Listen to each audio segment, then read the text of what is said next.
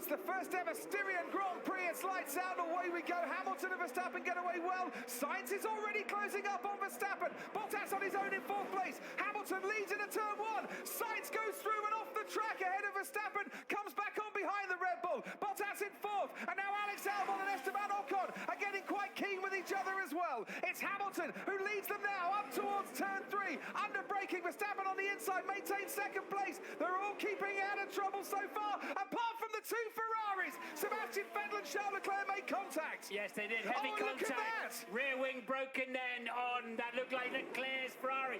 Both Ferraris trying to fight over the same piece of tarmac in turn three, and their awful weekend just gets even worse. Oh, a three-place grid penalty for Charles Leclerc, and big damage to the rear of that Ferrari as well for the man who was on pole, hit this track last year.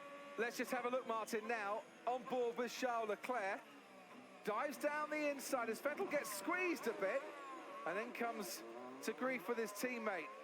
We're watching what's going on as Sebastian Vettel being wheeled into the garage, the first retirement of the race.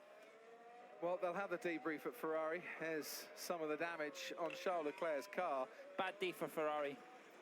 Ricciardo got a much better exit. Yeah, he did, out of turn three. Here he goes on Esteban Ocon, could get the job done before turn four, and this time he does. That's about 3 laps too late, I think, for the Aussie, who felt he was being held up a bit by his teammate at Renault, but now he's got the chance to prove that he's the faster of the two yellow and black cars, because he's ahead of Esteban Ocon, and up into 6th place. Medium tyres, Martin, going on.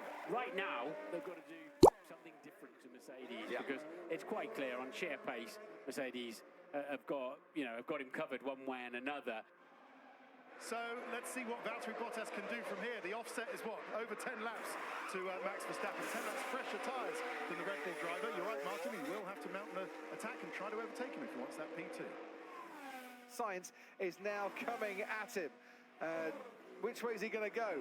He's going to go to the left, is Carlos Sainz. He's trying to go around the outside. Perez fends him off. Yeah, Sergio Perez left the door wide open there, didn't he? Last week, 3 times. He wasn't going to make the same mistake. But Sainz with the DRS down the outside. And that's helped recover some of that pit stop problem with track position for Sainz over Perez. That's an important move. He's coming back again, though. He might try around the outside of turn 5 here, you know, and he does, Sergio Perez. Wow. Nice move indeed. He has DRS advantage. He's going wheel to wheel with Max Verstappen, who's making him go all the way around the outside at turn 3. Bottas, though, gets better traction out of that corner, and he's got DRS once again, and is this where Bottas makes his move, and it's a Mercedes 1-2 then at the moment. Hamilton leads, Valtteri Bottas in the second, but Verstappen going back, going the long way around the outside, and they're still going wheel to wheel. Bottas thought he got the move done. Verstappen's having none of it. Bottas might have to yield here, and he does. Mercedes 1-2 to Mercedes 1-3 now, and Max might not have much at his disposal, but what he does have, he's used to great effect. Brilliant.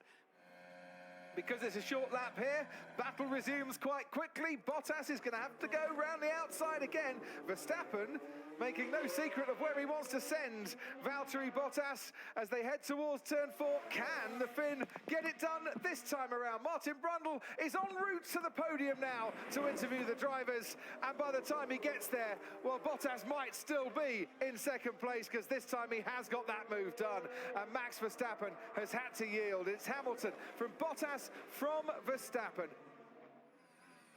Now Sergio Perez having a go, and Alex Albon, oh my lord, that very nearly ended in total disaster for Alex Albon, but Perez has got damage to his front wing. We're on the final lap. Lance Stroll goes down the inside on Daniel Ricciardo. This time he gets the move done, but watch out, there's Lando Norris right there. Which way is Norris going to go? Because he's in a position to take Daniel Ricciardo, and Lance Stroll gets past Ricciardo, might go the long way round with Lance Stroll, is going to go the long way round with Lance Stroll. Wheel to wheel with Lance Stroll. He's almost onto the gravel, and somehow Stroll manages to hang on to 6th place. This has been a very comfortable afternoon for Lewis Hamilton.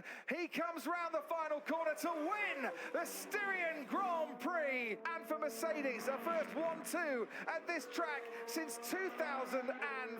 And there goes Lando Norris round the outside. He's got good traction here, Crofty, as well. He's going to get the benefit of DRS. Norris could take this. Lando Norris on the last lap. He got the fastest lap last week. week. He's got a place ahead of Lance Stroll this week, and he's up into 6th place. Sergio Perez, well, he might take 5th, but these three are gaining on him, and Perez is losing an awful lot of pace. There he is with that damaged front wing. Norris might yet take 5th, you know, as he goes wide. Perez, Norris is past the racing point. He's done 2 in the same lap. Perez ahead of Stroll, ahead of Ricciardo behind. Oh, it's a tight finish. It's a photo finish. Perez ahead of Stroll, ahead of Ricciardo. Sainz and Kvyat complete the top 10.